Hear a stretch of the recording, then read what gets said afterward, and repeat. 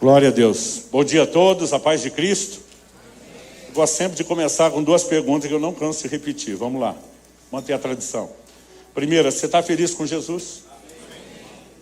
Isso a mim foi um pouco fraco, não foi? Vamos tentar de novo. Você está feliz com Jesus? Segunda pergunta, Jesus está feliz com você?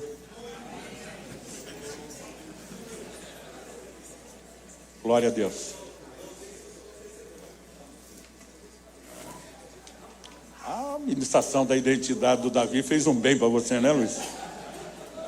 Glória a Deus. Uma alegria rever muitos amigos de longa caminhada, alguns de menos, outros que estamos conhecendo agora, né? Essa comunhão tem sido uma bênção na minha vida. Oficialmente, o MFI vai para 26 anos agora, né? Mas, como foi dito, a maioria desses pastores compõem aí a liderança. A gente já caminha junto há mais de 30 anos, né? Há mais de 60 quilos atrás, né? Alguma coisa assim, a gente brinca. E tem sido bênção nas nossas vidas, né? Os relacionamentos são importantes, não apenas quando a gente fala de apoio, ajuda mútua, um ministrando na vida do outro, mas eu gosto sempre de dizer, já levei muita bronca dessa turma, né? E sou grato a Deus por isso, né? Porque quem se importa também corrige, não só elogia, né? E é importante que você tenha pessoas que falem, né, na sua vida. E sem relacionamento é difícil que alguém tenha espaço, né, ou oportunidade sequer para perceber aquilo que você precisa de ajuda, ou para manter uma linha, né, de conexão. Então, normalmente a gente sempre tira um minutinho para encorajar vocês, né? Aproveitem para, além dos amigos que vocês já têm, né, intervalos, apresentar um ao outro, conversar. Existem algumas coisas que é difícil explicar, mas às vezes você conecta melhor com um tipo de pessoa do que com outro, né? Às vezes tem a ver com o estilo do chamado, com a identidade, com a personalidade, né? Isso não desmerece, a gente só não precisa não diminuir com quem não conectou tão bem, mas muitas vezes aproveitar essas conexões. Nós temos, né, o depósito de Deus incrível na vida de todos vocês, e o que a gente quer como comunhão é fomentar relacionamentos. A gente não consegue produzir isso, né? Não adianta a gente só tentar dizer, olha, vamos botar aqueles na mesma mesa para conversar. A gente precisa provocar isso. Então, você sabe, normalmente instrui o seu povo, né? Outro dia alguém falou, mas na igreja tem muita panelinha. Eu falei, tem. Nós chamamos de grupos pequenos, de células, né? E você precisa achar a sua. Quando alguém, né, chega na nossa, se ele não se converteu através de uma célula, a gente já começa a dizer, olha, nós queremos que você procure uma. Normalmente eu digo, visite pelo menos umas 4. Mesmo que você gostar muito da primeira, né? Para ter certeza, você vai achar um grupo ali que dá uma boa conexão, né? E a gente fala a mesma coisa no meio dos ministros, né? Vá conhecendo, conversando, visitando, né? Algumas pessoas você tem a sensação que existe até uma conexão de propósito, né? Tipo quando Isabel recebe a visita de Maria. Quando Maria entra, diz, a criança está em mim, saltou de alegria com a tua saudação. Eu brinco que às vezes aquilo que você carrega parece corresponder ao que a outra pessoa está carregando em Deus de uma forma diferente, né? Então, eu acho que nós temos boas oportunidades aqui para você ficar bem atento, discernir até o que Deus tem para você. Dito isso, nós vamos passar a próxima ministração.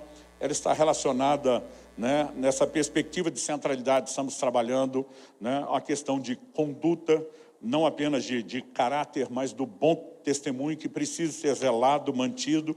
Eu quero convidar você a abrir sua Bíblia comigo no Evangelho de Mateus, no capítulo 12. Evangelho de Mateus, capítulo 12. Nós vamos ler juntos inicialmente aqui do verso 7 ao 9. Mas se você puder deixar esse texto da Bíblia aberto ou marcado. O tema da minha mensagem hoje é escândalos, e nós jogamos ali com a palavra para falar as duas coisas. A ideia é que a gente entenda que eles são evitáveis. Mas a mesma Bíblia que fala deles como evitáveis também os classifica como inevitáveis. Nós vamos tentar compreender, né, esse aparente paradoxo e, inclusive, o ensino do Senhor Jesus por trás disso. Mateus capítulo 18, 7 ao 9 diz, ai do mundo por causa dos escândalos, porque é inevitável que venham escândalos. Essa é uma das primeiras frases a ser destacada. É inevitável que venham escândalos. Mas ai do homem pelo qual vem o escândalo. Portanto, se a tua mão ou o teu pé te faz tropeçar, corta-o e lança-o fora de ti. Melhor entrares na vida manco ou aleijado, do que tendo 2 mãos ou 2 pés, seres lançado no fogo eterno. Se um dos teus olhos te faz tropeçar, arranca-o, lança-o fora de ti. Melhor entrares na vida com um só dos teus olhos, do que tendo 2, seres lançado no inferno de fogo. Pai, nós declaramos nossa confiança e dependência no Senhor. Nação única, singular, personalizada do Teu Espírito, trazendo não apenas entendimento espiritual, mas aquela aplicação muito prática dentro da individualidade, do contexto de cada um. Nós, pela certeza que temos daquilo que o Senhor fará, nos antecipamos em Te dar glória, honra e louvor, porque cremos que mais do que informação, haverá uma liberação do Senhor, haverá despertamento espiritual, e nós Te agradecemos também por isso, em nome de Jesus. Amém. Bom, antes de falar sobre os escândalos serem evitáveis ou inevitáveis, eu queria começar pela definição da palavra escândalo. No grego, escandalon, né? Ela, de acordo com o dicionário Vine, é apresentada da seguinte forma: originalmente era o nome da parte de uma armadilha, na qual se colocava a isca, por conseguinte, a armadilha ou a própria isca. No Novo Testamento, escândalo sempre é usado metaforicamente, e na maioria das vezes acerca de qualquer coisa que desperta preconceito, ou torna-se obstáculo para outros, ou os leva a cair no caminho. O léxico de Strong fala de uma vara móvel, o gancho de uma armadilha, vara de armadilha, armadilha em si, cilada, mas ele também apresenta a definição: qualquer impedimento colocado no caminho que faz alguém tropeçar ou cair, pedra de tropeço, qualquer pessoa ou coisa pela qual alguém torna-se presa no erro ou no pecado. É por isso que muitas traduções da Bíblia vão apresentar, às vezes, uma percepção diferente da tradução escândalo. Por exemplo, a tradução brasileira, uma versão de 1917, teve Rui Barbosa como um dos revisores, né, da parte da língua portuguesa, diz: ai do mundo por causa dos tropeços. Não usou a expressão escândalo, e sim tropeço. A Nova Almeida atualizada, diferente da atualizada, em vez de escândalo, diz: ai do mundo por causa das pedras de tropeço. Né? Outras traduções mais novas, como a NVI, que são as chamadas traduções por equivalência, não literalidade, elas tentam mais explicar do que só traduzir. Ela diz: ai do mundo por causa das coisas que fazem cair no pecado. Escândalo tem tanto a ver não apenas com uma conduta errada de alguém, mas o impacto que isso gera nas outras pessoas. A perspectiva secular, o escândalo político desacredita a pessoa, mas não necessariamente vai produzir nenhuma decepção em nós, até porque a gente está bem acostumado a esse tipo de coisa e não esperamos muita coisa diferente. Mas no contexto da fé, isso não apenas fala, né, de pessoas que estão numa posição de liderança e de influência. O contexto que Jesus nos apresenta no seu ensino remete inevitavelmente a isso. Mas fala também do impacto negativo que isso pode produzir na vida daqueles que deveriam estar olhando para mim e para você, né, no sentido de conseguir a devida inspiração, motivação, exemplo e referência que deveriam ter. Quando o Senhor Jesus, no livro do Apocalipse, na carta à igreja, né, de Tiatira, se não me engano, ele fala daqueles que sustentam a doutrina de Balaão. Ele diz no verso 14, o qual ensinava Balaque a armar ciladas diante dos filhos de Israel. Essa expressão armar ciladas ou tropeço é a palavra escândalo. Aqui poderia parecer que a pessoa responsável é só alguém que intencionalmente quis derrubar os outros. A verdade é que na maioria da aplicação que o Senhor Jesus faz, isso tem a ver com os nossos próprios tropeços. Tanto que Jesus vai dizer: se tua mão te faz tropeçar, corta, lança de ti. Se o teu olho te faz tropeçar, arranca-o, lança-o de ti. Então ele está falando que o seu tropeço pode se tornar uma pedra de tropeço para outros.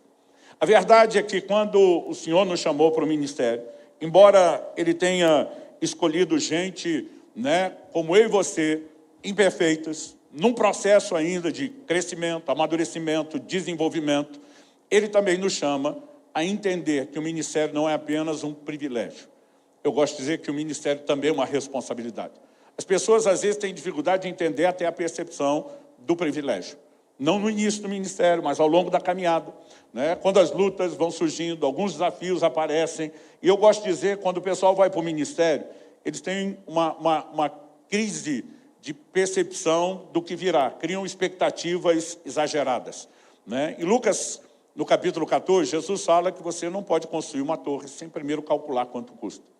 Se cada pessoa chamada ao ministério sentasse com os mais velhos experientes, ter uma boa conversa antes do que é o ministério, já ajudaria muito a evitar algumas fantasias que são criadas, né? Às vezes a gente vê pessoas recebendo a palavra profética, né? Estou te chamando, eu vou levantar, vou te usar, o cara chora, glória a Deus, aleluia. Nós mais velhos pensamos, pobrezinho, nem sabe o que o aguarda. Não significa que não haja alegria no ministério, mas nós não podemos negar, né, que também vamos enfrentar certas dificuldades. Mas as dificuldades, às vezes, a alegria do início rouba a percepção de dificuldade, mas a dificuldade não poderia nos roubar a percepção de alegria.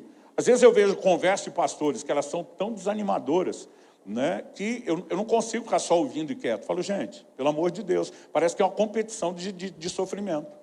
Não, a cidade que nós estamos é o pior índice de imoralidade do país. Não, a nossa é o pior índice de bruxaria. A nossa, parece que o tempo todo a turma tenta só destacar a dificuldade.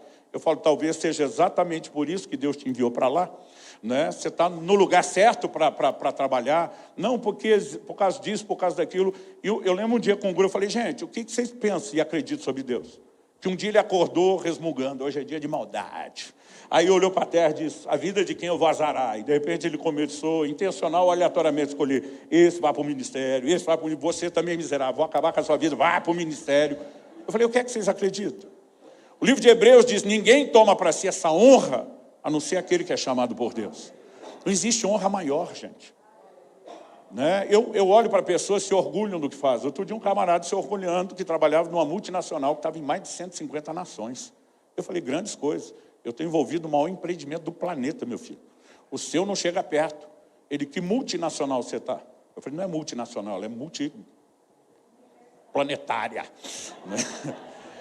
Eu falei, eu prego o evangelho de Jesus Cristo, eu estabeleço o reino de... E era um crente, ele, quase como assim, empolgadinho ele, né? Nós precisamos ter a percepção do que Deus nos chamou. Mas se por um lado, o ministério é um grande privilégio, nós também precisamos entender que ele é parte de uma grande responsabilidade, né? E a primeira coisa que eu quero que a gente possa avaliar, né, é essa declaração de Jesus. Ele começa dizendo, é inevitável que venham escândalos.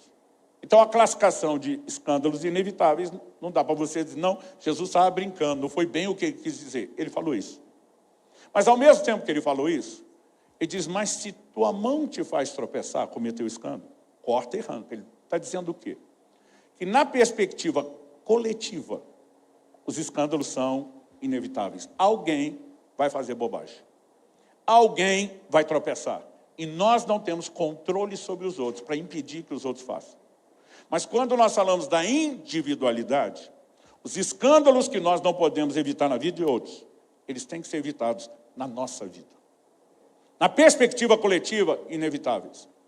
Gente, eu choro cada vez que eu ouço um escândalo envolvendo pastores, liderança na igreja. Pensa num negócio que me dói o coração. Eu queria ter o poder de evitar. Tem pessoas que você chama atenção antes, você adverte, você mostra para onde está indo, a pessoa não enxerga, não te ouve, né? Tem uns que assim, você tem que orar para ser crente, que dá vontade de bater pela teimosia em estar caminhando para aquele lugar, e daqui a pouco vai acontecer o que a gente estava esperando, né? Mas, embora eu não possa evitar na vida de outros, eu posso evitar na minha. E, aliás, pensa numa decisão que eu tomei desde o início da minha caminhada. Eu não sei se porque ainda adolescente, muita gente que me inspirou, que me abençoou, que me tocou, a queda deles me fez muito mal. Tem gente que reage de forma passiva, ativa, né? Eu comecei a tomar uma decisão. Eu não quero ser esse tipo de gente que faz o que eles estão fazendo para outros. Mas, ao longo do tempo, entendeu o que a Bíblia diz, entendeu o que Deus espera. Isso começou a gerar uma combinação, né, de fatores dentro de mim que me levou a um lugar de temor. Então, quando nós falamos aqui sobre o que é inevitável e o que é evitável, eu definiria para você, né, que inevitável é a expressão coletiva. Alguém, em algum momento, vai fazer, e eu e você não temos controle. Não temos controle sobre a vida dos ministros que nós estabelecemos na nossa própria equipe pastoral. Nós podemos ensinar, nós podemos discipular, mas não tem como você controlar. Né? Agora, apesar da gente não poder impedi-los, e nós temos um dos 12 que Jesus escolheu, cometendo escândalo, né? Os pastores às vezes ficam em crise, quando alguém debaixo da sua liderança tropeça, como se ele tivesse falhado. Então, deixa eu te fazer uma pergunta. Quem discipulou Adão? Antes da queda. Se a culpa é de quem discipula, meu amigo. Quem discipulou Judas? Agora, evidentemente, nós temos que alertá-los, fazer todo o possível. Judas ouvia ensinos de Jesus como esse. Né? Não faltou orientação. Mas, apesar de não poder controlar, a gente pode tentar prevenir o máximo. Mas o ambiente de controle que eu e você temos é a individualidade. É o que eu vou fazer a respeito de mim mesmo. É a maneira como eu vou me guardar. E não importa o nível de sacrifício. Né? As pessoas ficam, não, Jesus não falou de literalmente arrancar a mão. Também acho que literalmente não precisa. Né? Tem gente que se arrancar o olho e vai continuar imaginando aquilo que ele estava olhando antes. Mas, por outro lado, eu também não acredito que Jesus está, né, simplesmente trazendo uma abordagem que ela é mera e simplesmente uma alegoria. Né? Quanto vale santidade? Eu era ainda adolescente, um dia um jovem me confrontou com essa pergunta. E jovem adolescente na igreja, pelo menos na minha geração, era que nem água e óleo, não misturava, nem se falavam. Né? Eles tratavam a gente de criança, adolescente, acho que são adultos, fica naquela crise. Mas um dia um parou para mim e falou, você venderia o dedo mindinho da sua mão esquerda por $1 milhão de dólares? Eu falei, de jeito nenhum. Ele falou, 1 milhão. Na época, a inflação altíssima no Brasil, a referência era o dólar. Né? Falei, de jeito nenhum. Pensa no que você pode fazer com isso. Você é destro. Você não usa a mão esquerda igual a direita. O dedo mindinho é o que você menos usa. É o mais fácil de sobreviver sem ele. 1 milhão. Falei, não venderia. Ele falou, e por 10 milhões? Falei, também não. 10 milhões de dólares, maluco. Talvez você não vai ver isso a vida inteira. Eu falei, mas não vendia. Aí ele olha para mim e fala assim, e sua mão direita? Se o minguinho você não entrega por 10 milhões de dólares, quanto vale sua mão direita? Eu falei, cara, não estou entendendo essa pergunta sua. Até porque se eu resolver vender, você não tem dinheiro para comprar. Qual o propósito da pergunta? Ele falou, estou te ajudando a mensurar algo. Mensurar o quê? Ele falou, só me diz, quanto vale sua mão direita inteira? Você venderia por 100 milhões? Falei, também não. Ele falou, estou tentando te ajudar a mensurar o valor da santidade. Falei, o que santidade tem a ver com dinheiro? Não, ela vale mais do que dinheiro.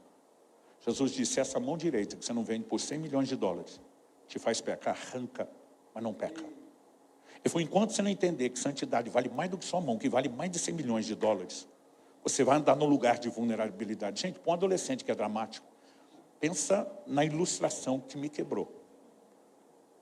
Eu lembro que eu pensei, a maioria está pecando de graça. Não devia fazer por 100 milhões, está fazendo de graça. Sabe, alguma perspectiva. Com o tempo eu fui ler lá no livro de Hebreus, que na luta contra o pecado, vocês não resistiram até o sangue. Santidade não vale mais do que só a minha mão, ela vale mais do que minha vida.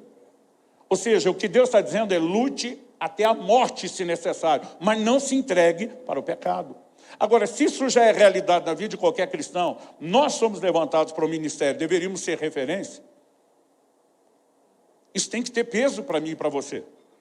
Nós começamos nos últimos anos, nas últimas décadas, à medida que Deus nos fazia entender o temor que deveria estar no coração dos ministros, mudar. Porque, gente, no início, a necessidade de falar tão alto, que a gente meio que acaba aceitando pessoas quase que em qualquer situação, para lugares onde não deveriam estar.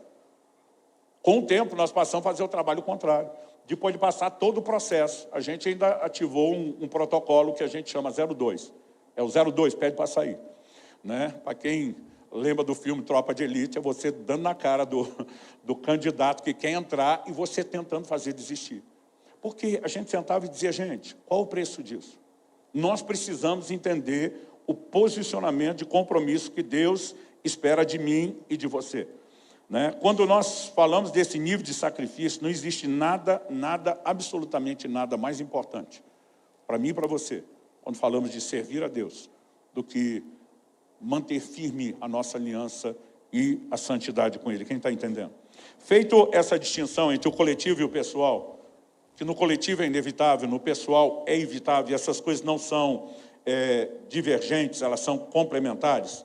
Eu e você precisamos também observar que a Bíblia fala mais sobre o assunto do escândalo do que a gente, às vezes, presta atenção. Eu não quero esgotar o assunto de forma alguma, nem temos tempo para isso, mas, em Romanos 16, versos 17 e 18, Paulo diz assim: rogo-vos, irmãos, que noteis bem aqueles que provocam divisões e escândalos, em desacordo com a doutrina que aprendestes.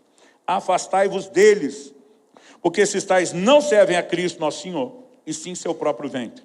E com suaves palavras e lisonjas enganam o coração dos incautos. Promotores de escândalos, a Bíblia está dizendo, não servem a Cristo, e sim o seu próprio ventre.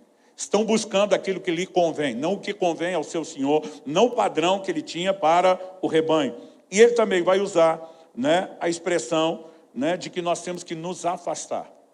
Depois eu quero mexer um pouquinho mais nisso, mas a verdade é que conviver com gente que promove escândalo, se você não está influenciando essa pessoa a mudar, ao arrependimento, a uma mudança de conduta, provavelmente essa pessoa já está influenciando você e te desprogramando aos poucos. A Bíblia diz, afaste-se dos que promovem escândalos. Não relacione com eles. E quando nós falamos de escândalo, não é nem só um pecado. Eu tenho visto líderes que se tornam pedra de tropeço, não porque necessariamente fizeram algo errado, mas porque não respeitaram a falta de maturidade de outros, que não sabiam lidar com o nível de liberdade. Quando nós falamos dos maduros, gente, a conversa é outra. O apóstolo Paulo, em Romanos, no capítulo 14, ele diz dos versos 13 até o 15, não nos julguemos mais uns aos outros, pelo contrário, tomai o propósito de não pôr de tropeço ou escândalo ao vosso irmão. Se no âmbito individual fosse inevitável o escândalo, a Bíblia não diria para eu e você tomar o propósito de não criar o escândalo. Mas depois de falar sobre isso, ele diz, eu sei, estou persuadido no Senhor Jesus de que nenhuma coisa é de si mesmo impura, salvo para aquele que assim a considera, para esse é impura. Se por causa da comida o teu irmão se entristece, já não anda segundo o amor fraternal. Por causa da tua comida não faz perecer aquele a favor de quem Cristo morreu. Se você olhar o contexto de Romanos 14, Paulo começa lá no verso 1, falando sobre divergências de crença, de convicção doutrinária sobre alimentação. Paulo diz, um crê que pode comer de tudo, outro acredita que só pode comer legumes. Paulo já tomou o partido dele, de que lado ele está. Quando ele diz, o que é débil na fé, acredita que só pode comer legumes. Ele não está pregando contra uma dieta vegetariana, se você optar por ela, mas ele está pregando contra a doutrina. Tentar proibir a alimentação de carne doutrinariamente, como muitos grupos faziam, ele está dizendo, débil na fé. Não entende.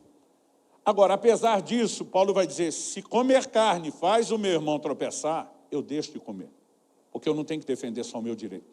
Se ele ainda não tem maturidade, se ele não foi claramente orientado e ensinado, eu preciso ter uma conduta que evite o escândalo acima de tudo. Mesmo que aos olhos de Deus eu não estou pecando. Ou seja, textos da Bíblia, como fala sobre fugir da aparência do mal. O que eu vejo gente que não está nem aí porque os outros vão pensar. E, na verdade, nós não podemos simplesmente acreditar que nós estamos no ministério e temos o direito de agir assim. Então, Deus sabe o meu coração. O resto que se lasque. Eu digo, se você quer pensar, acreditar isso, não esteja numa posição de liderança e de influência. Porque você vai lidar com pessoas que não têm maturidade, que não têm explicação, e respostas que nós não damos, eles preenchem as lacunas como eles querem. Então, assim, nós precisamos ter uma mentalidade de cuidado. Andar em amor. E Paulo diz, se você está fazendo outro perecer, você não está andando segundo o amor fraternal, andar em amor nos leva a não cometer escândalos. 1 de João, capítulo 2, versos 10 e 11, diz, aquele que ama seu irmão permanece na luz e nele não há nenhum tropeço. A palavra aqui traduzida, tropeço é escândalo. Ama o irmão, não vai ser promotor de escândalo. Aquele, porém, que odeia seu irmão, está nas trevas, anda nas trevas, não sabe para onde vai, porque as trevas lhe cegaram os olhos. Às vezes eu vejo até ministro. Eu fico me perguntando como é que ele não entende que isso está gerando dano para as pessoas. Está cego. A segunda coisa que eu quero destacar com vocês, quando falamos do ministério, é que há um fundamento sobre o qual o ministério é construído, que eu quero chamá-lo de o princípio do exemplo. Liderança na Bíblia, gente, ela é baseada no exemplo, não habilidade, mera e unicamente. O Senhor Jesus, em João 13,15, diz, porque eu lhes dei o exemplo para que, como eu fiz, vocês também façam. Jesus não estava apenas por teoria. E esse momento, especificamente, nós temos um momento do lava-pés. E diz, eu estou fazendo isso para que vocês reproduzam a minha conduta de humildade e de serviço. O lugar de influência do ministério precisa ser exatamente aquele que parte de um posicionamento, né, de entender a nossa responsabilidade de ser exemplo. Em 1 Coríntios 11:1, Paulo diz, sejam meus imitadores, como eu também sou de Cristo. Se Cristo deu o exemplo, é a referência, eu estou imitando, me imitem. Eu lembro quando era garoto, e por um lado eu sou grato a Deus por essa frase, porque ela não sei sobreviver ao escândalo de muita gente, porque era muito desanimador ver pastores, líderes, pregadores, né, tropeçando. E eu lembro que a gente ouvia uma frase, a gente ouvia tanto, que na época parecia até que ela estava na Bíblia. Não olhe para o homem, olhe para Jesus. A pergunta é, o quão verdadeira é essa frase? Se ela for algo usado para a sobrevivência da fé, para ensinar as pessoas a serem resilientes, é lógico que ela se justifica. Até porque Hebreus capítulo 12, verso 1 diz que nós temos que olhar firmemente para Jesus, o autor e consumador da nossa fé. Então, quando Paulo diz, me imite como eu imito Cristo, ele está dizendo, enquanto eu o espelho, eu posso ser a sua referência. Evidentemente, para de espelhá-lo, a gente não deveria mais olhar para ele, e sim para Jesus. Mas muitas vezes eu comecei a ver essa frase ser usada pelos próprios líderes, quase como que numa maneira de se eximir de uma responsabilidade que a gente não quer assumir. Ainda que não sejamos perfeitos, desde as primeiras equipes de ministério que eu formei, eu tenho dito para eles, eu nunca vou pedir que você ore mais do que eu oro, que você busque a Deus mais do que eu busco, que você trabalhe mais do que eu trabalho. Eu quero simplesmente me posicionar como exemplo, em todas as coisas, no caráter, na conduta. Agora, quando eu falhar, e eu vou falhar, eu também quero ser um exemplo de como corrigir os erros e consertar as coisas. Sabe, muitas vezes a gente se assusta, não, eu não sou perfeito, como é que eu vou servir de referência? Até quando eu e você erramos, na minha teologia há uma distinção de erro e pecado. Tá? Quando a gente usa a palavra erro, às vezes alguns já imaginam todo tipo de pecado. Agora, às vezes alguns estão pecando e estão chamando aquilo de erro para amenizar. Mas eu e você precisamos, de fato, compreender qual é o peso que o exemplo tem. Como o apóstolo Paulo escreveu a Tito, ele diz, Tito capítulo 2, verso 7, seja você mesmo um exemplo de boas obras. A liderança, ela começa com exemplo, mas não só o exemplo de trabalho, ela também envolve exemplo de caráter. Ele diz no ensino, mostre integridade, reverência, linguagem sadia, irrepreensível, para que o adversário seja envergonhado, não tendo nada de mal a dizer a nosso respeito. Em outras palavras, não dê motivo. Quanto aos servos, que sejam em tudo obedientes ao seu Senhor, dando-lhe motivo de satisfação, que não sejam respondões, nem furtem, mas que deem prova de toda a fidelidade, a fim de que em todas as coisas manifestem a beleza da doutrina de Deus, nosso Salvador. A Bíblia fala de uma conduta onde ele diz que nós damos prova de fidelidade. Embora está falando para os servos, não se limita a eles. Isso vai o quê? Embelezar. As traduções mais antigas dizem, a fim de ornarem. Né? Não sei o quanto vocês, mas eu sou de uma geração que os pais usavam muito, dependendo da roupa que você botava, dizia, não orna, não combina com você, não te embeleza, está te enfeiando. E a Bíblia diz que a nossa conduta é que embeleza a doutrina que nós pregamos. Não há nada, né, como você ser ensinado, discipulado, orientado por pessoas que respaldam aquilo com o estilo de vida. E nós precisamos resgatar essa responsabilidade do exemplo, gente. O ministério, ele é muito mais do que começar bem. Ele tem bem mais a ver com terminar bem. Um dia desse, uma pessoa me parou no aeroporto e falou, pastor, eu quero te agradecer. Imaginei que era falar pelo conteúdo que nós disponibilizamos na internet, não era alguém que eu tinha contato pessoal. Essa pessoa olhou para mim e falou, o senhor é a minha referência. Falei, olha, eu fico feliz de te inspirar e te ajudar. Mas eu ainda não tenho o suficiente para ter esse carimbo, esse selo que você está falando da referência. Por que não? O senhor tem uma conduta correta, exemplar? Falei, tenho, planejo ter o resto da vida. Mas esse selo de referência só posso ter de verdade depois de eu ir embora. Ela falou, não estou te entendendo. Falei, Hebreus capítulo 13, verso 7.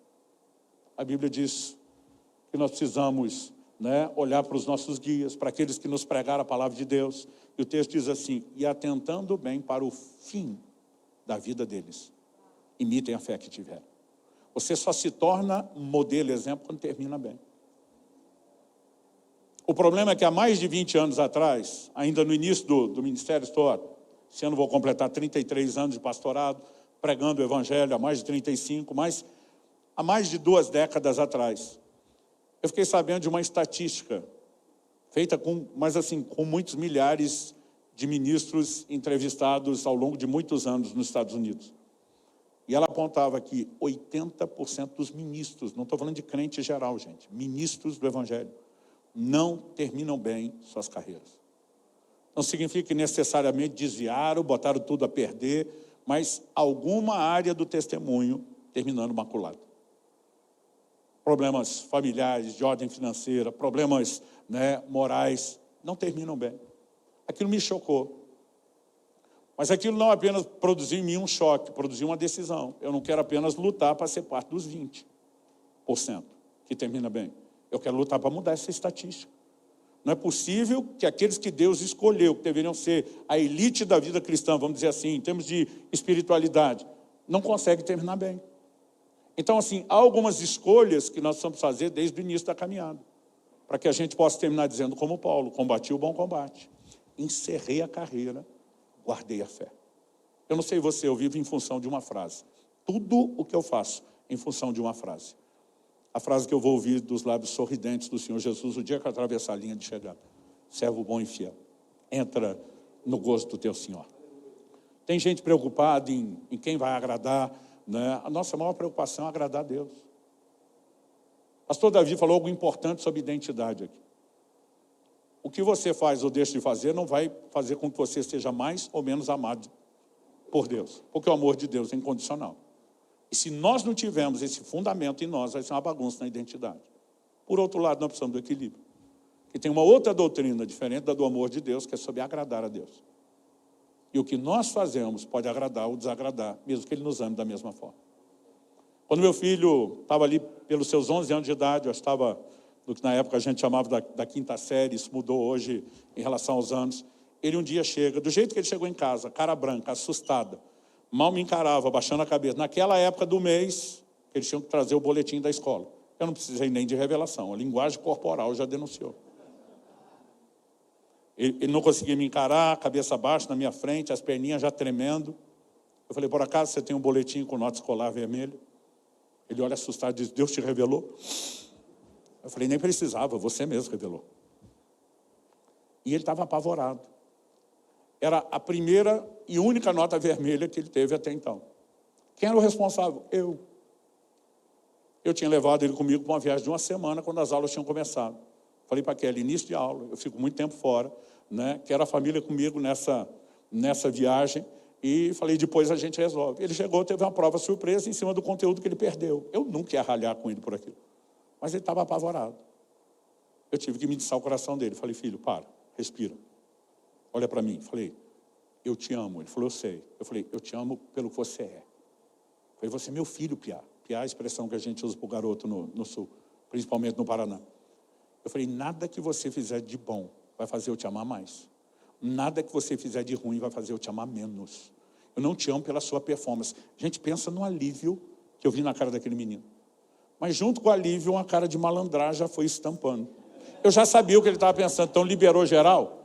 Se nada que eu faço de bom faz o Senhor me amar mais, nem nada que eu faço de ruim vai fazer o Senhor me amar menos, eu posso agir de qualquer forma. Eu falei, ô malandro, antes que você vá para esse outro lado aí, que eu já vi na sua cara que você está indo, sabe de uma coisa, se você quiser me agradar, a conversa é outra. Eu vou te amar ao mesmo tanto, mas você não vai me agradar da mesma forma, com qualquer conduta. E você precisamos agradecer um Deus que nos ama de forma incondicional. Mas precisamos honrar, corresponder esse amor dele, dizendo, eu vou fazer de tudo para honrar você. Eu vou fazer de tudo para agradar você. Se faltar qualquer uma dessas coisas, as pessoas vão ficar mancas. Pessoas que vivem no modo de agradar, e é uma doutrina bíblica, e não entendem o como são amadas, vão estar incompletas. Gente que justifica o ser amado para não agradar, vai estar incompleto. Mas nós temos que juntar as duas coisas. E dizer, Deus, em primeiro lugar, te agradar. Segundo, nós precisamos ser modelo por rebanho. Quem está entendendo? As igrejas jogaram fora, nas últimas décadas, de uma forma geral, a grande maioria, um processo bíblico chamado disciplina. Jesus disse, se o teu irmão pecar contra você, vai e repreende. Se ele te ouvir, ganhou o seu irmão. O propósito da repreensão, eu ouvi, gente. É sarar. Tem gente que já vai para matar na primeira. Ele disse, se não ouvir, vem com testemunha. Se ouvir as testemunhas, ganhou o seu irmão, continua o mesmo propósito. Mas se não ouvir, vai para a igreja. Se não ouvir, diante de toda a igreja, a correção, desliga. Considera gentil, publicano, não é mais parte da comunidade de vocês. Paulo escreve aos Coríntios e diz, vocês nem se preocuparam que fosse tirado do meio de vocês. Esse cara que cometeu tamanha maldade, ele estava falando de um camarada que estava em casa com a própria madrasta em casa. E diz, ouve-se dizer que no meio de vocês a imoralidade tal como nem mesmo entre os gentios. E vocês não fizeram nada a respeito. Quando você olha a Escritura, é evidente que existe um processo de disciplina. O problema é que algumas igrejas entenderam mal a disciplina. Eles passaram a trabalhar a disciplina como punição. Fulano tropeçou, vamos tirar um ano e meio do ministério, depois volta. Deixa eu te dizer, gente, o tempo não apaga o pecado cometido. Se o pecado é apagado pelo sangue, não precisava nem tirar o sangue de Jesus. Porque se o cara arrependeu antes, não precisaria ficar fora. Qual o motivo da disciplina? Eu lembro a primeira pessoa no ministério que nós disciplinamos publicamente na nossa estrutura.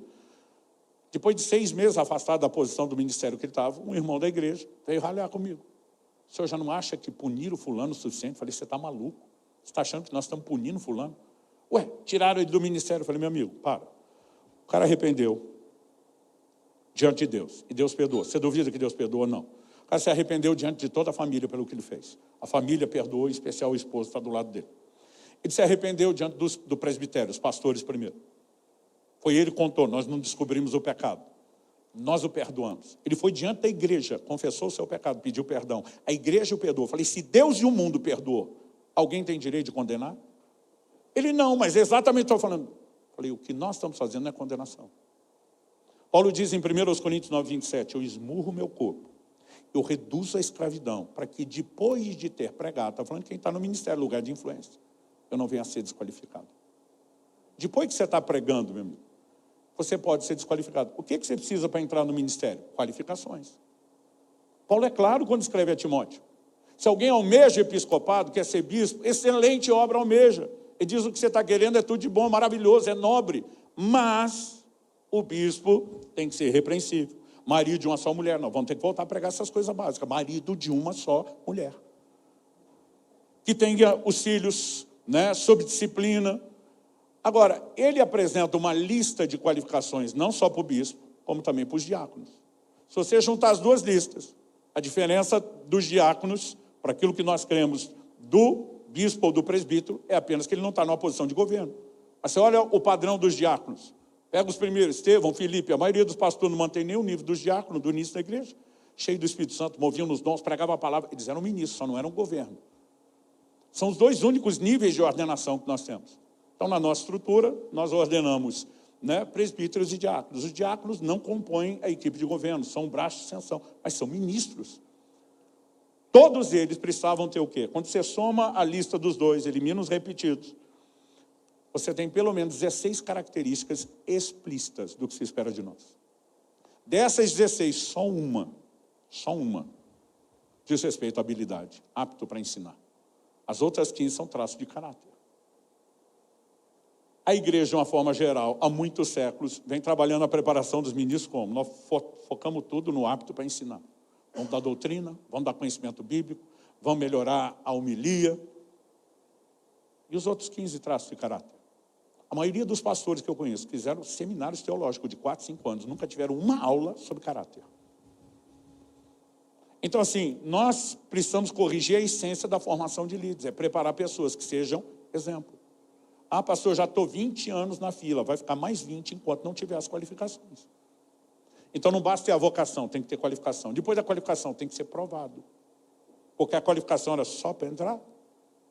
Porque tem gente assim, que você deu o prazo, está tudo em ordem. Ordenou, desanda a maionese. E alguns acham que depois que teve a qualificação e foi estabelecido, ele é tipo o camarada que é concursado público. Entrei, tem estabilidade, ninguém daqui me tira. Quando Paulo diz para que eu não seja desqualificado, o que ele estava falando sobre si? Vamos supor que, hipoteticamente, Paulo cometesse um tropeço de moralidade. Ele ia desaprender tudo que ele sabia da Escritura. Gente, era um homem de conhecimento bíblico profundo, de um nível de revelação. Pedro elogia a sabedoria que lhe foi dada. O apóstolo Pedro é o primeiro a reconhecer as epístolas de Paulo como parte das Escrituras. Ele não ia perder nada disso, ele ia continuar sabendo tudo que ele sabia. Experiência ministerial também não. Toda a bagagem de plantação de igreja, missionário, né? o cunho apostólico que ele tinha iria embora, não. Se ele tropeçasse, ele podia orientar qualquer pastor mais novo, inclusive sobre o que não fazer para tropeçar como ele. A desqualificação não tinha a ver com habilidade, tem a ver com exemplo. Então, quem perdeu o exemplo, perdeu a qualificação. Isso significa o quê? Essa pessoa que nós disciplinamos não está sendo punida. Ela está tendo uma oportunidade de recomeçar. Vai construir exemplo de novo, para depois de ser provado dando exemplo, ser estabelecido à frente de novo. Se nós não entendemos o que respalda o ministério, nós vamos continuar errando.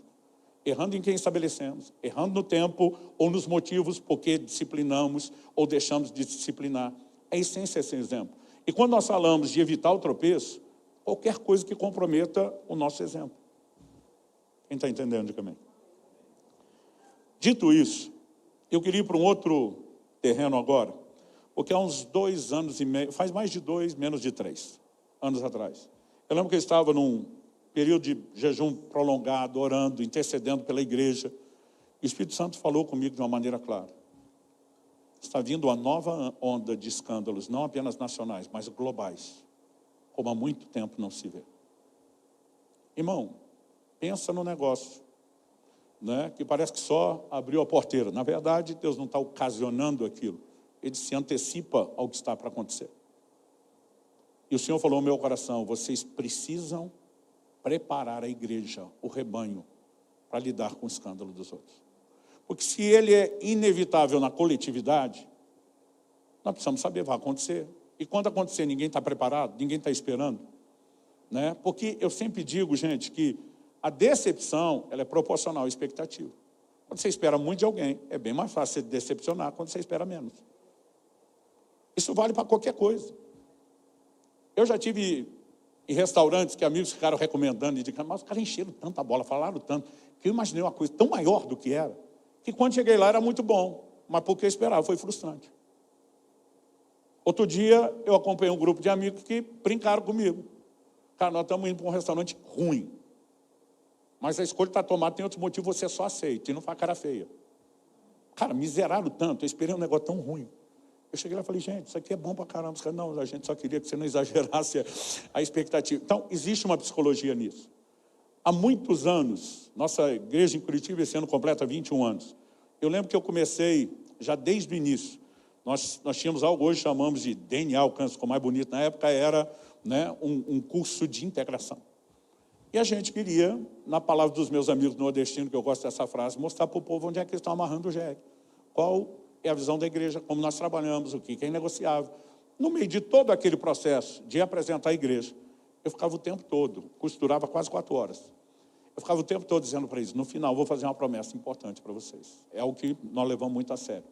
Né? E eu ia provocando a expectativa deles. Chegar no fim, já tinha uns... Fala logo, pastor, que nós não aguentamos mais de curiosidade. E quando chegava no final, eu dizia, eu prometo a vocês que nós vamos falhar com vocês. Os caras me olhando com a cara de eu dizia, eu empenho a minha palavra. Se vocês quiserem, eu faço um juramento solene. Eu digo, em nome de Jesus, nós vamos falhar com vocês. Falei, se vocês entrarem aqui esperando o contrário, vocês vão ter uma decepção gigantesca. Eu falei, você casa com quem quer, com quem ama, com quem está apaixonado, vai ter dificuldade de relacionamento. Você ama seu filho, vai ter dificuldade de relacionamento. Os irmãos debaixo, né, do mesmo teto que você ama, tem problema de relacionamento. No seu trabalho você tem problema de relacionamento. Você vai criar a fantasia de que aqui na igreja você não vai ter, você vai ter. Se não formos nós os líderes, alguém do nosso meio vai fazer alguma coisa. Espere isso. E não deixe isso te atrapalhar. Porque as pessoas têm uma fantasia. Gente, de onde eu tirei essa ideia? No meu primeiro para o segundo ano de pastorado, lá no início, Eu lembro de uma situação que me contaram, falou, olha, fulana fez o maior barraco com Beltrano e Ciclano, o negócio foi feio. Eu falei, vou esperar para ver se alguém me procura antes de eu procurar. Aí a fulana, a causadora, me procura. Pastor, vim lhe notificar que eu estou saindo da igreja. Eu falei, posso saber a razão, para ver se o motivo para sair é bom? Ela falou, porque não tem amor nesse lugar. Eu falei, irmã, se você tiver certo e não tiver amor, eu no seu lugar faria a mesma coisa. Sairia. Ela falou, que bom que o senhor concorda. Eu falei, mas te pediria algo. Eu falei, só está falando isso por causa do barraco com fulano e Beltrano. Ah, o senhor já está sabendo, estou. É a sua definição de não tem amor? Ela falou, é. Eu falei, você está liberado para sair. Eu só te peço para ser coerente. Passe na sua casa, faça suas malas e deixe hoje seu marido e seus filhos. Quando eu falei isso, ela me olha assustada. Que homem de Deus falaria uma bobagem dessa? Eu falei, não, a bobagem, se for bobagem, foi dita pela senhora. Eu não fico num ambiente que não tem amor. Só está dizendo que não tem amor na igreja por causa de um barraco que aconteceu esse tempo todo que a senhora está aqui. Na sua casa só faz barraco com seu marido e seus filhos todo dia. Se não tem amor aqui, imagina lá. Então, se a senhora quer ser coerente e não dá para permanecer no lugar, vaza. É só o que eu estou te pedindo. Aí primeiro ela ficou com muita raiva a cara dela, depois começou a mudar, ela começou a ficar com vontade de rir, segurava o riso. Eu falei, parece que o senhor me pegou de jeito, não foi? Eu falei, foi. Eu falei, minha irmã, o ambiente de amor não é um ambiente onde a gente não tem problema. O que tem na sua casa é amor. Porque seu marido e seu filho não têm ido embora até hoje. A senhora vai ter que concordar comigo, a senhora não é fácil. O que eles têm é amor para aguentar a senhora. Agora, nós te aguentamos até hoje, a senhora vem dizer que não tem amor. Ela falou, o senhor vai me fazer pedir perdão? Não, eu falei, só quero que a senhora reprograme. Nós não queremos que a senhora saia. Seria uma boa oportunidade para eu me livrar da senhora. Mas se eu fizesse isso, aí não haveria amor. Então, estou tentando fazer a senhora entender o furo da lógica e reconsiderar. Sabe, muitas vezes, gente, nós precisamos preparar o rebanho para coisas que, porque eles esperaram diferente, nós temos decepções desnecessárias. E quando nós falamos do contexto da igreja, não é apenas o falhar a funcionalidade estrutural, relacional. Poxa, nós precisamos entender que mesmo no nosso meio, Paulo chama os presbíteros de Éfeso para uma reunião em Mileto e diz, eu quero que vocês saibam que do meio de vocês vão se levantar lobos vorazes que não pouparão o rebanho. Paulo não estava amaldiçoando a igreja. Ó, vim falar uma coisa ruim para ver se a praga pega em vocês. Ele está sendo inteligente. Vocês têm que ter um planejamento para lidar com os problemas que vão surgir. Eles vão surgir, são inevitáveis. Eu vejo pastores, não, estou devastado, que um dos meus tropeçou. E quem que te disse que nunca ia acontecer? Agora, não apenas nós temos que nos preparar, nós temos que preparar os mais novos. Qual o impacto que isso terá neles? A maioria dos ministros tropeçam não está pensando nos outros, nem em Deus, nem nos outros. Está pensando só em si, no seu momento. Um dia eu fui confrontar uma pessoa, ela ficou sabendo do adultério do cônjuge, foi lá de raiva para se vingar, adulterou também. Aí eu fui conversar com essa pessoa, falei, olha, para mim, o que você fez foi muito pior do que ele. Não, nós fizemos a mesma coisa. Falei, não. Ele foi seduzido, não vigilou, errou. Como pecado, a mesma coisa. Com motivação, não. Você foi lá e fez de propósito, porque ele merecia isso. Falei, ok, vamos supor que eu concorde com você que ele merecia. Eu falei, você não fez no dia do casamento uma aliança só com ele. O casamento é uma dupla aliança, uma aliança com Deus que disse, não adultere. O que é que Deus te fez para você cuspir na cara dele do jeito que você fez? Não, Deus não fez nada.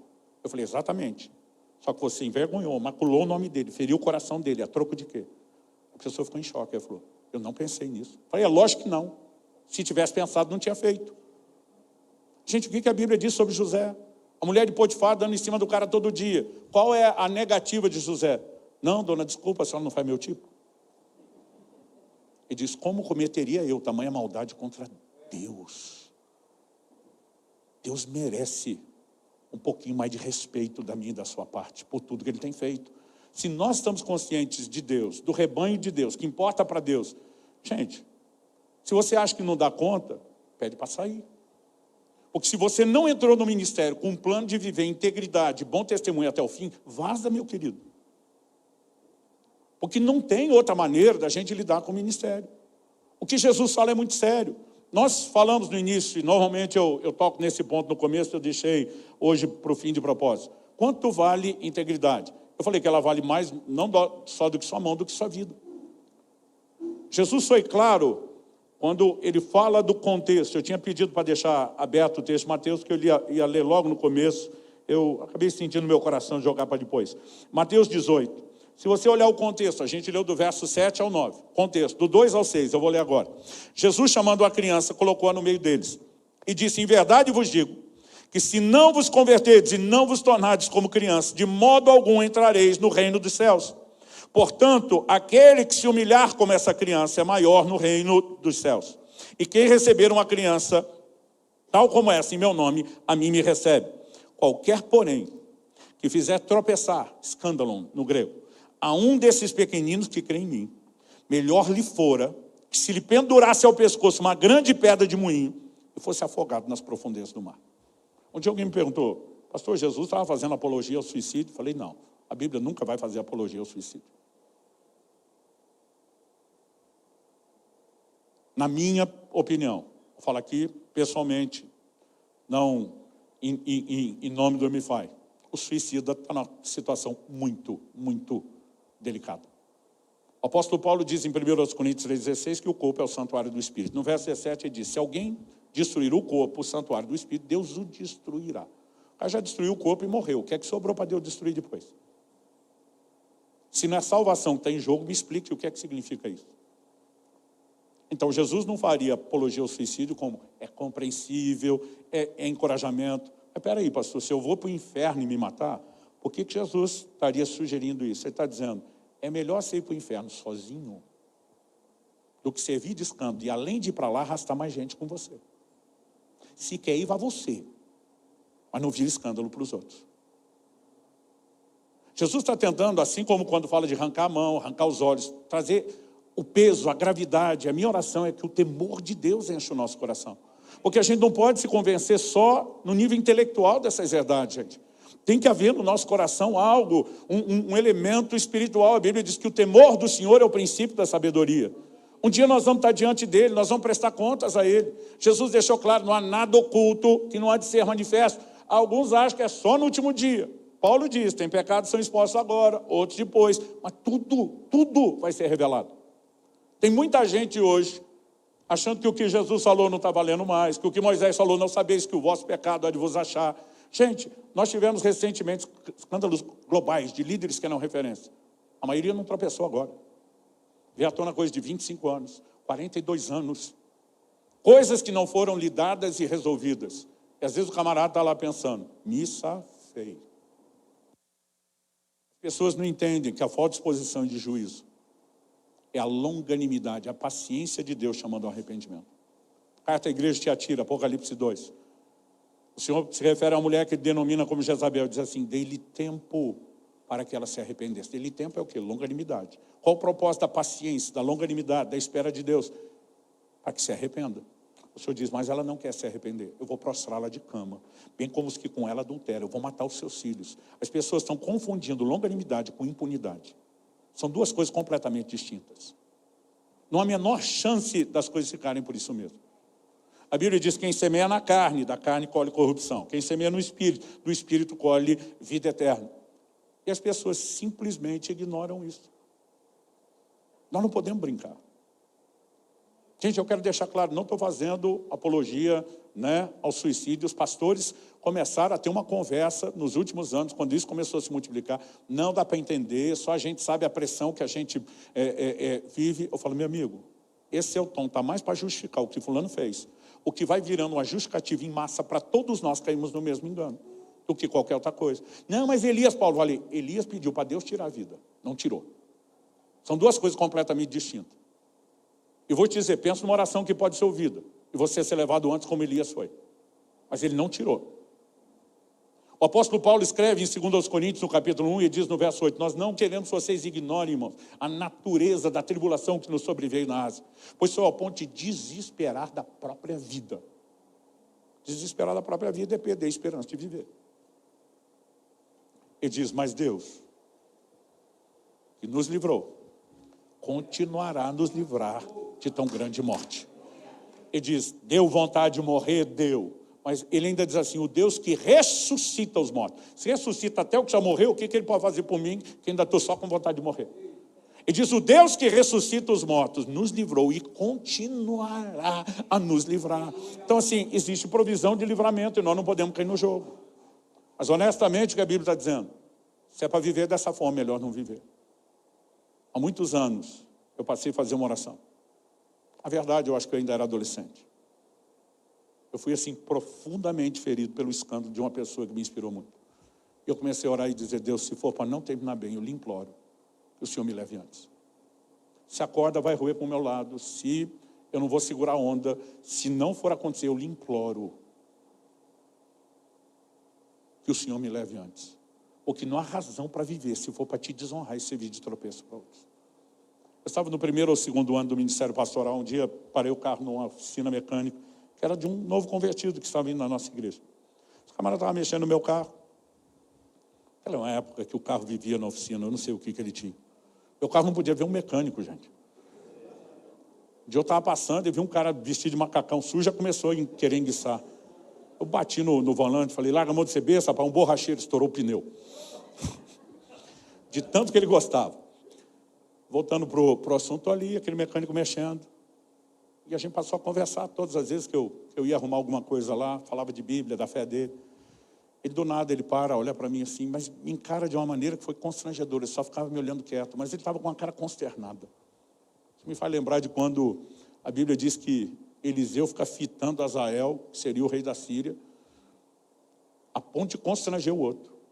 E depois ele diz, eu sei o que você vai fazer com o meu povo no futuro. Deus já me mostrou.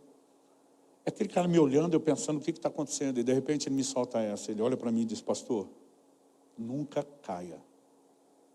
Eu tinha pensado que eu não tinha entendido direito. Eu falei, o quê? Ele falou, nunca caia. O senhor não tem o direito de tropeçar. Tem muita gente olhando para você. Eu, inclusive. Se o senhor tropeçar, o strike, ele usou a linguagem do boliche, vai ser grande. Eu não consigo te descrever o temor de Deus que veio ao meu coração na hora que eu vi aquilo. Eu sabia que não era um novo convertido, querendo dar conselho para um pastor. Eu entendi que Deus estava usando a boca daquele camarada, e até hoje eu consigo lembrar a carinha daquele camarada. Eu consigo lembrar aquela voz dizendo, nunca caia. Nós vamos ter que escolher. Depois de escolher isso, nós vamos ter que preparar o nosso povo, né, para lidar com essas situações que, da minha e da sua parte, vão ser evitáveis, mas não na dos outros. E o que é que nós temos que fazer com o rebanho, depois de sustentar o nosso exemplo? Ainda prepará-los. Gente, Paulo escreve a Timóteo, e ele diz assim, no capítulo 5 da primeira epístola, verso 19, não aceite denúncia contra presbítero, a não ser exclusivamente sob o depoimento de 2 ou 3 testemunhas. Tem gente que vai para o ministério e ele acha que ele está acima de qualquer suspeita, que ninguém pode falar nada. Não, já fui ordenado, ninguém pode me corrigir. Paulo está dizendo que havia um disque de denúncia contra os presbíteros.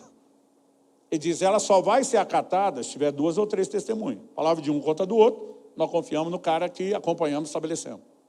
Tem testemunhas? Um processo investigativo e, se comprovar disciplinar, vai ser instaurado. Agora, eles trabalhavam isso dentro da igreja, existia um sistema para que ninguém ficasse à vontade ou confortável no erro, no pecado, mesmo os líderes. Então, se conversava entre os líderes, o povo sabia que podia trazer denúncia, em quais contextos poderia trazer, porque essas epístolas eram públicas. Quando eu olho para as Escrituras, eu percebo que, de fato, há alguns princípios que você precisamos ensinar ao nosso povo sobre a questão de ser resiliente. Quando eu voltei desse jejum que Deus falou comigo, haverá uma onda de escândalos, foi quando eu sentei e comecei a pensar o que nós teríamos que ministrar. Em primeiro lugar, principalmente para os líderes que não cometam escândalos. E criar uma cultura. Nós precisamos lutar contra isso o tempo todo. Mas, em segundo lugar, se alguém vai falhar na luta, porque na coletividade está fora do nosso controle, como é que nós preparamos o nosso povo? E a gente precisa entender algumas verdades. Uma delas, o apóstolo Paulo diz em Filipenses 3,17, muitos andam entre nós, dos quais repetidas vezes eu lhes dizia, e agora digo, até chorando, que são inimigos da cruz de Cristo. A gente está nem aí com o escândalo, está nem aí com o que vai provocar, né? Age de forma irresponsável, em nome de alguns segundos ou minutos de prazer, não importa a bomba que vai jogar sobre os outros, são inimigos da cruz. Agora, não é porque tem inimigos da cruz no nosso meio que nós vamos deixar Jesus por causa dos inimigos da cruz. E nós precisamos ensinar o nosso povo a não se afastar de Jesus por causa dos que tropeçaram. Talvez gente à sua volta não sobreviva na fé. Muitos dos meus amigos da adolescência, gente do time da oração, das vigílias. Eu vi muitos deles tropeçando, caindo. Eu vi alguns desistir antes, porque eles olhavam os outros caindo e diziam, eu também não vou aguentar. Eu dizia, meu amigo, você vai desistir antes. Pelo menos tente. Não, eu vou acabar tropeçando, Deus vai me chutar. Eu dizia, se eu tropeçar e chutar, ele que chute forte. Porque senão eu vou agarrar no pé dele, feito um carrapato, e não largo. Né? Eu não conseguia entender aquilo. Mas quando eu olho para trás, eu vejo tanta gente que ficou na caminhada. Não é apenas que ficou num lugar que, não é de profundo espiritual, não é no ministério. Gente, se perderam. E se perderam feio. Agora, o que é que Jesus fez? Fulano me decepcionou. Ok, o que é que Jesus te fez? Ele não te decepcionou. Ele te salvou e quer levar essa obra de salvação até o fim. Nosso povo precisa entender isso. Então, nessa hora a gente tem que dizer, mantenha os seus olhos firmes em Jesus, a despeito dos que falharam. Segunda coisa, nós temos que ensinar eles, não desvalorize a palavra pelo não cumprimento dos que ensinaram. Pastor, o que significa isso? Mateus 23, de 1 a 3. Então Jesus falou às multidões e aos seus discípulos, na cadeira de Moisés se assentaram os escribas e os fariseus. Portanto, façam e observem tudo o que eles disserem a vocês. Ele usa a expressão cadeira de Moisés, está falando que eles ensinavam a lei de Moisés. Então ele diz, faça e observe tudo o que eles disserem a vocês, mas não os imitem suas obras. O que dizem, não fazem. Jesus está dizendo, se eles erraram, vocês não imitam a conduta. Mas mesmo errando, o que eles falaram da minha palavra está certo. E a minha palavra não pode ser descredibilizada porque o mensageiro foi. Separe as coisas. Jesus estava preparando os seus discípulos para isso, os seus seguidores. Isso aqui não foi nem dito só para os apóstolos. A Bíblia diz que ele falou às multidões, aos seus discípulos. Então, não desvalorize a palavra pelo não cumprimento dos que ensinaram. Terceira coisa, o nosso povo tem que ser orientado sobre isso. Eu li no início, Romanos 16, 17. Rogo-vos, irmãos, que noteis bem, aqueles provocam divisões e escândalos em desacordo com a doutrina que aprendesse. Afastai-vos deles. É promotor de escândalo, não ande junto. Pastor, alguém tem que recuperar. Se você não está conseguindo isso, ele provavelmente vai desprogramar você. Porque, gente, a gente costuma dizer que o homem de Deus não cai da noite para o dia. Vai caindo. É um processo. Acho que o Davi mencionou isso aqui antes. Vai caindo. E não tem nada pior do que quando junta a turma do mesmo sindicato da relativização. Eu lembro de uma mesa que eu sentei, e a conversa dos ministros era, se o povo entendesse a graça de Deus como nós entendemos, a maionese ia desandar para eles. Eu pensei, para estar falando isso, desandou para eles primeiro. Porque é evidente que eles estão refletindo um engano sobre a graça. E de alguma forma essa turma se acha. Você precisa ter gente ao seu lado que justifique sua escolha, sua conduta, gente que acredite como você. Então, assim, o convívio, ele vai desprogramar alguém. Ou o certo vai desprogramar o errado, ou o errado vai desprogramar o certo. O que a Bíblia está dizendo, afaste. Aí ele promoveu um escândalo, arrependeu, ok, ele já está em outra categoria. Agora, continua, afasta deles. Quarta e última coisa, escolha olhar para os que permanecerem firmes. Antes de Paulo falar dos inimigos da cruz, em Filipenses 3, o que ele fala no verso 18, no 17 ele diz, irmãos, sejam meus imitadores e observem os que vivem segundo o exemplo que temos dado a vocês. Pois muitos andam entre nós, dos quais repetidas vezes eu lhes dizia, e até agora digo chorando, são inimigos da cruz de Cristo. Ele diz, não imite os inimigos, imite os que andam segundo o nosso exemplo. Ou seja, quando alguém tropeçar, escolha olhar para quem está firme, não para quem caiu.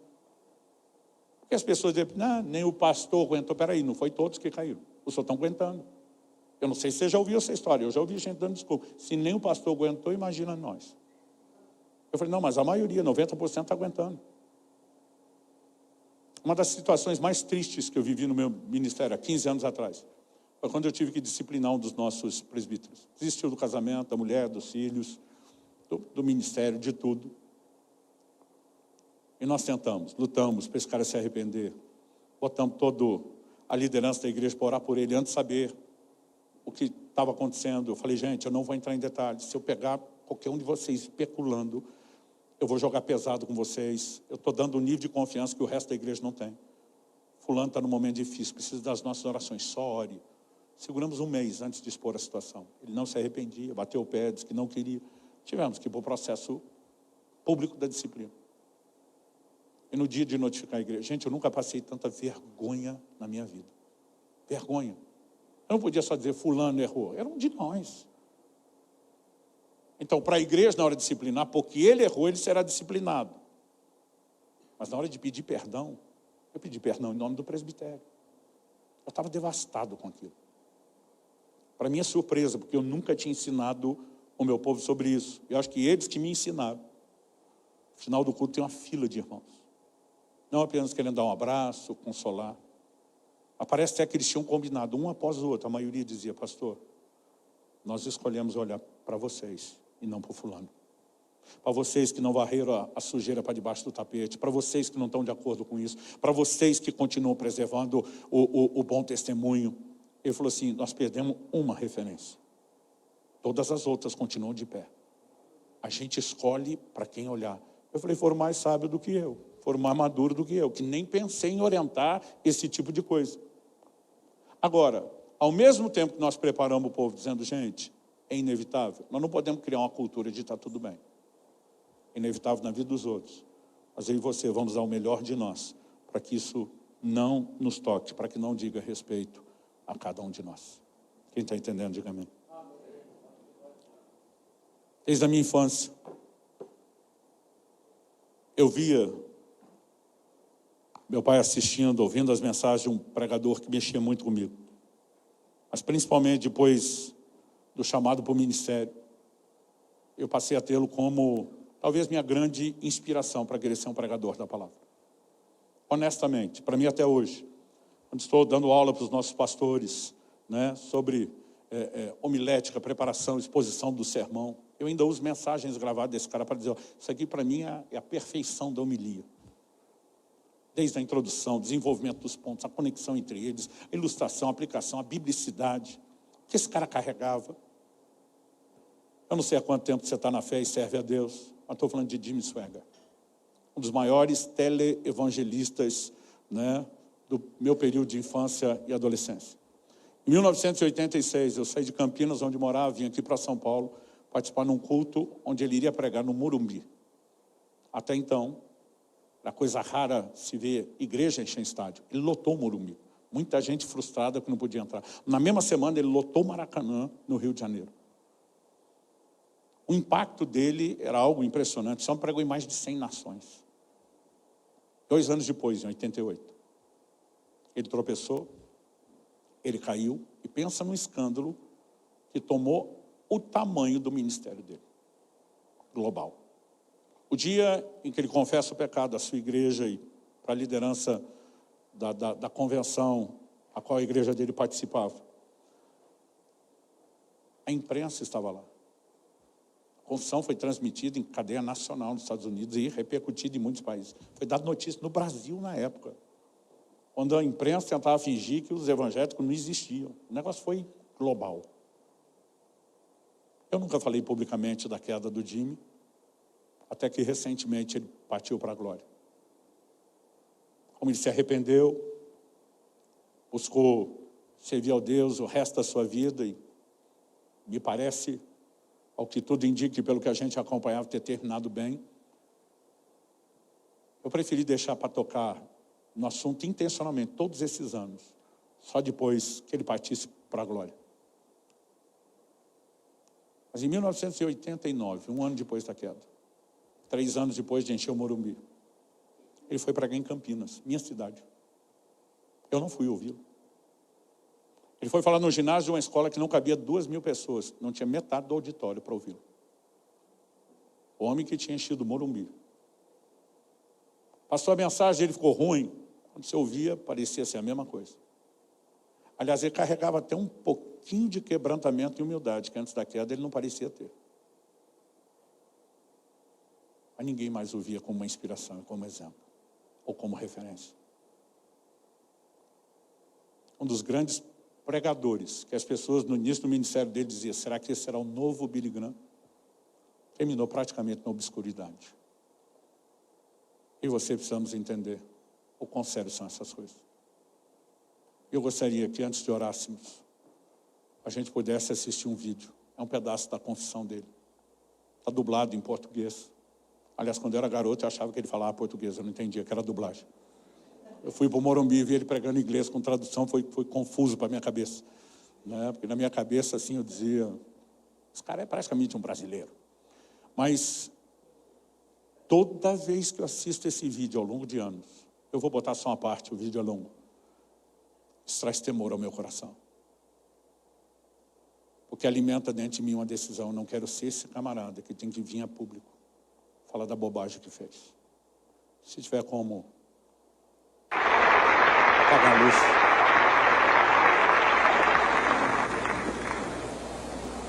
Meus companheiros, pastores e evangelistas da televisão,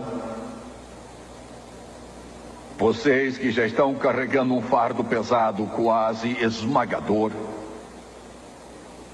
para continuar a contar a grande história do amor de Jesus, eu fiz seu fardo mais pesado e prejudiquei vocês.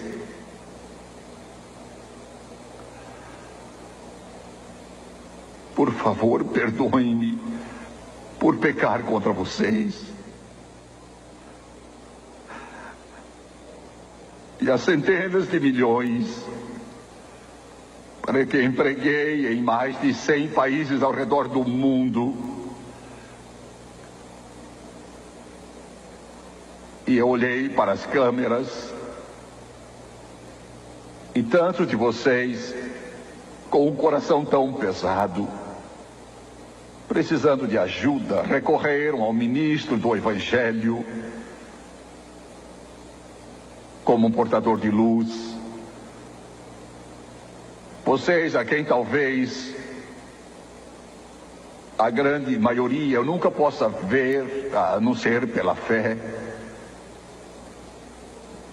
Eu pequei contra vocês e eu rogo, perdoe-me. E acima de tudo, ao meu Senhor e meu Salvador, meu Redentor, aquele a quem eu sirvo, a quem eu amo e adoro, eu me curvo aos seus pés. Ele que me salvou, e me lavou e me purificou. Eu pequei contra ti, meu Senhor, e eu peço que o teu precioso sangue lave e purifique cada mancha, até que esteja no mar do esquecimento de Deus, para nunca mais ser lembrado contra mim novamente.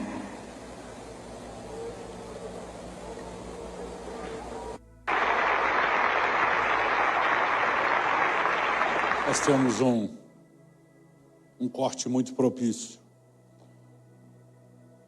no momento de uma fala que eu quero destacar aqui. Quando ele diz que o teu sangue me purifique, o meu pecado caia no mar do esquecimento. Essa expressão foi popularizada por Corrie ten Boom, que dizia: se Deus lançou os nossos pecados nas profundezas do mar e disse, não se lembra, ela juntou as duas coisas e apelidou de mar do esquecimento. E de fato Deus não se lembra. Mas o anseio dele é que o que ele fez não fosse lembrado. Esse vídeo tem 38 anos, quase 40 anos. Certamente, Deus decidiu não se lembrar disso. Mas a igreja nunca mais esqueceu. E eu e você precisamos entender que o mar do esquecimento funciona só para Deus. Eu não sei como você quer ser lembrado.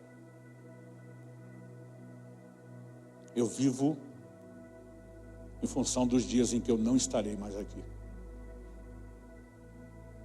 Alguém um dia perguntou: o que você quer que esteja na sua lápide quando morrer? Eu falei: eu quero que tenha alguma coisa do gênero: alguém que honrou a Deus até o fim. E essas escolhas a gente tem que renovar a cada dia. A maioria dos homens e mulheres de Deus não cai no começo. Você imagina, imaturo. A maioria cai no fim.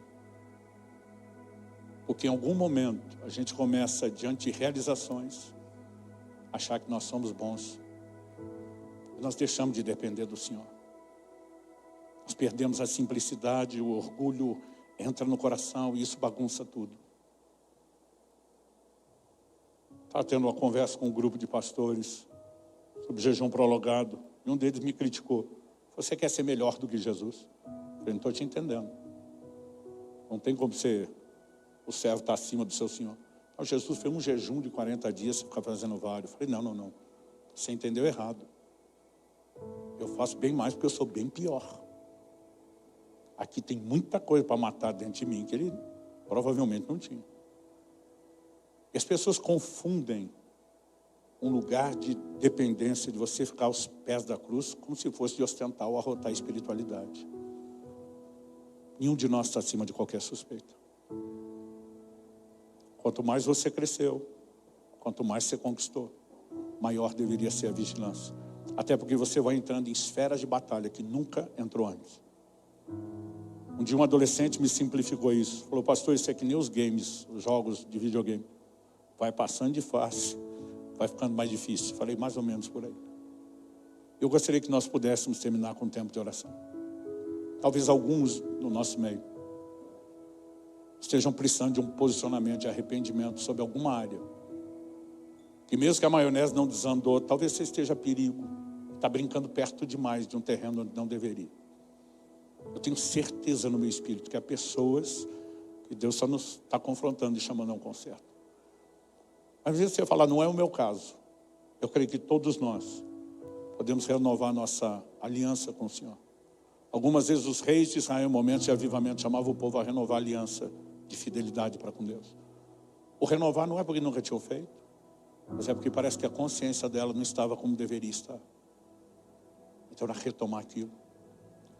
E que a gente pudesse ter um tempo de oração, onde acima de tudo a gente se posicione: Senhor, eu quero terminar bem. Eu quero te honrar todos os dias. Eu não quero fazer nada que te desonre, muito menos que sirva de tropeço para os outros. Alguém me perguntou: pastor, o senhor deixou de orar ao longo do tempo para Deus te levar? Eu falei: não, eu oro até hoje.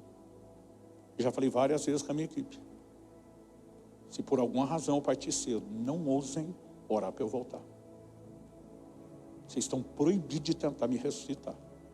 Um outro dia eu falei: não, se o senhor for cedo, nós te trazemos de volta. Eu falei: vocês estão proibidos. Ele me olhou e falou: de onde você tirou isso? Eu falei: conversei com outro amigo esses dias. Hoje ele é um grande ministro do Evangelho. O pai dele foi muito expressivo antes dele estar no ministério, mas esteve envolvido num grande escândalo, o pai dele. Um dia numa conversa, eu não sabia da história, eu sabia do escândalo do pai dele, não sabia que eu estava diante do filho.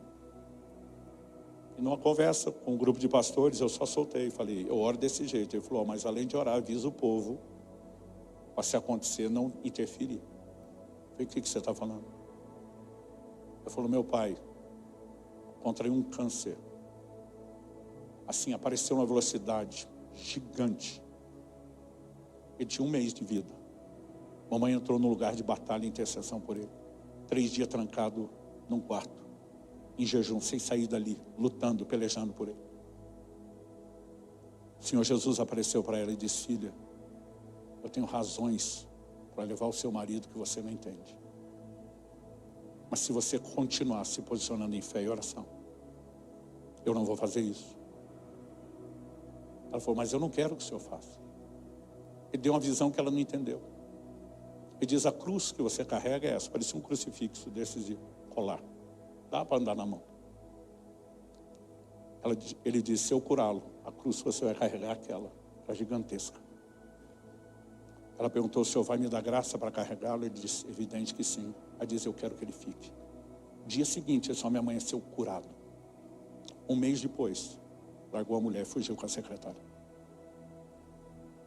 Os camaradas dizem, eu preferia que o papai tivesse partido no auge, antes da vergonha que ele promoveu. Graças a Deus foi restaurado, foi. Mas é outro que nunca recuperou o que teve.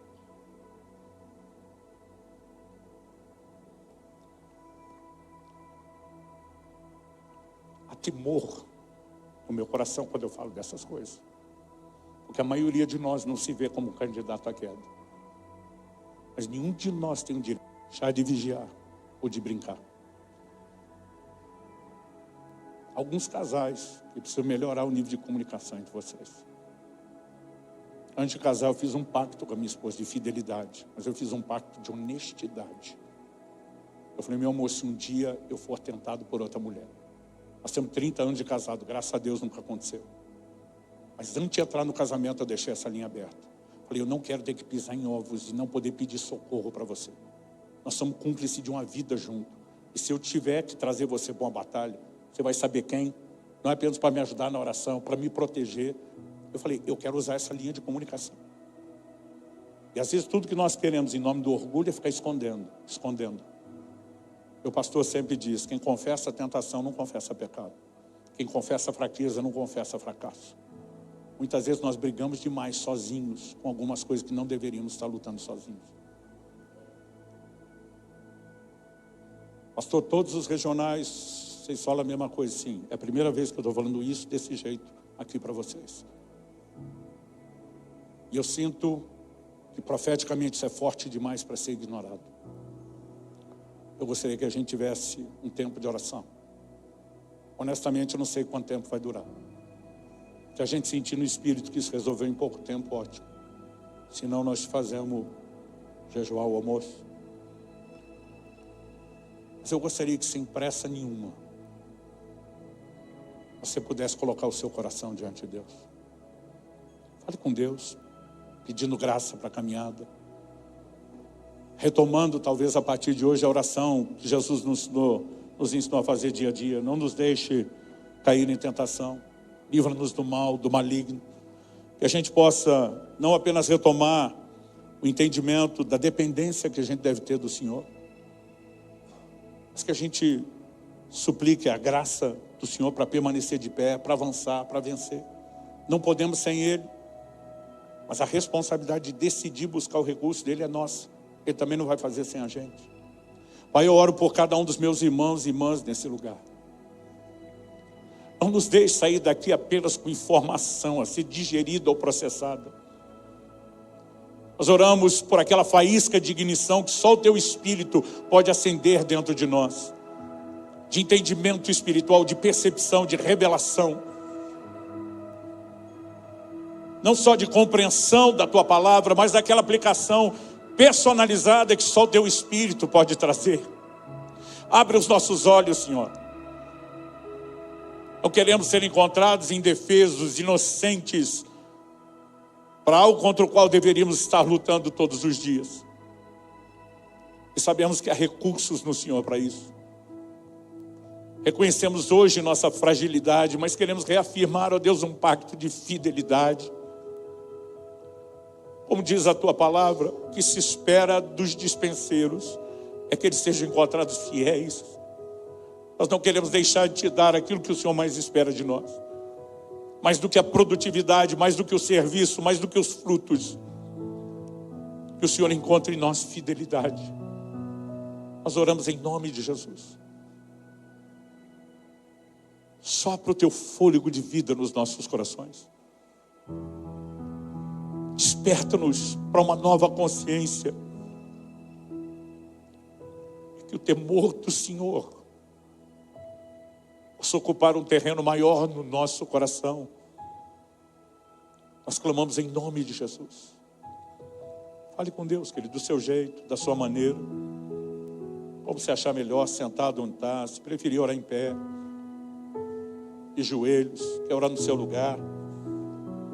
Quer talvez ocupar o lugar aqui da frente. Como você achar melhor.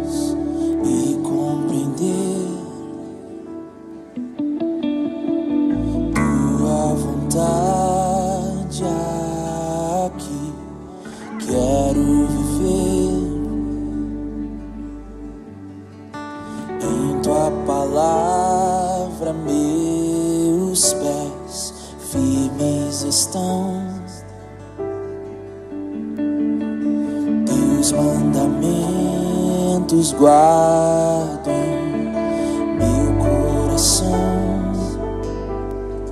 quero obedecer, quero permanecer, em ti vou confiar, pois tu és bom. Quero obedecer, quero permanecer, em ti vou confiar, pois tu és bom.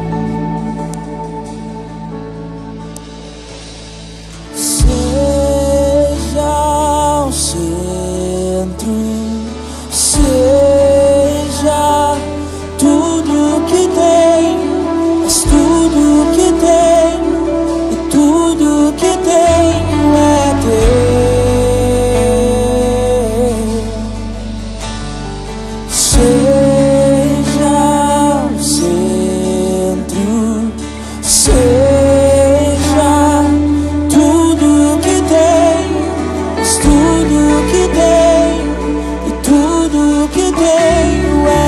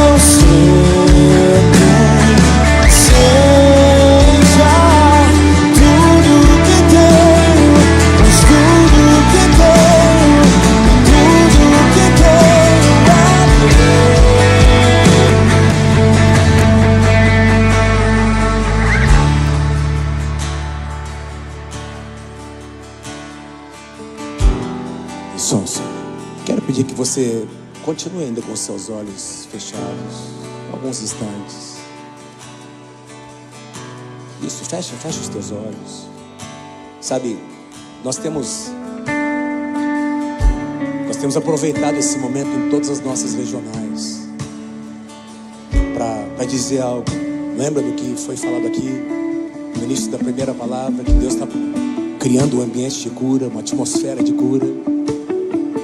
Talvez, pastor Luciano deixou bem claro isso. A gente vai levando às vezes, a gente vai achando que é forte demais, mas sem perceber, nós, pastores, vamos fazendo concessões para nós mesmos.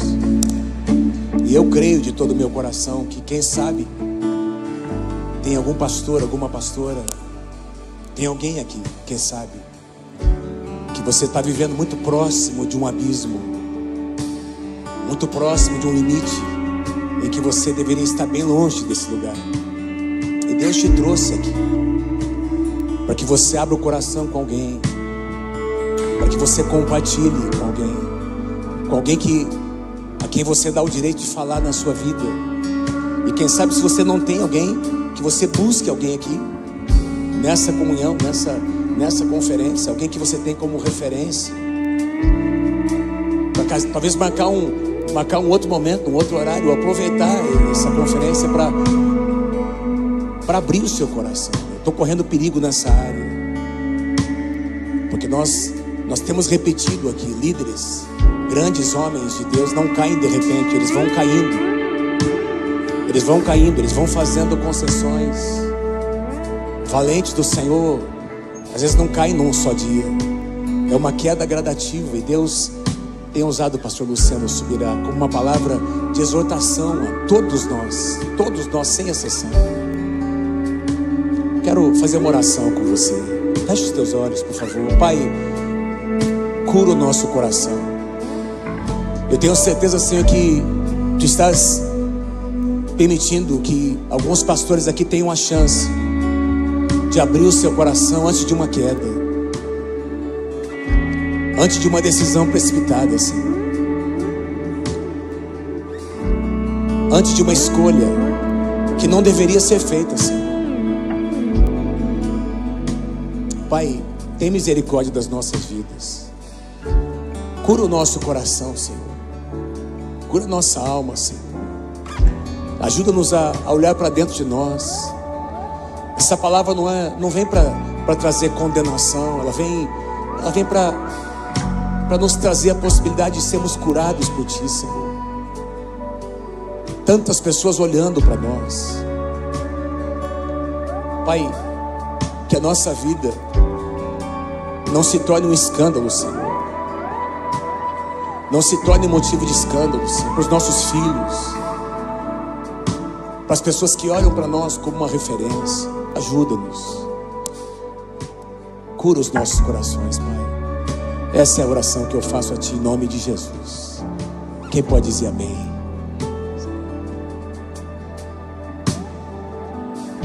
Quando o pastor Luciano, o pastor Davi falava aqui à frente, era isso que eu ia falar com vocês. O Kelner também veio aqui conversar comigo.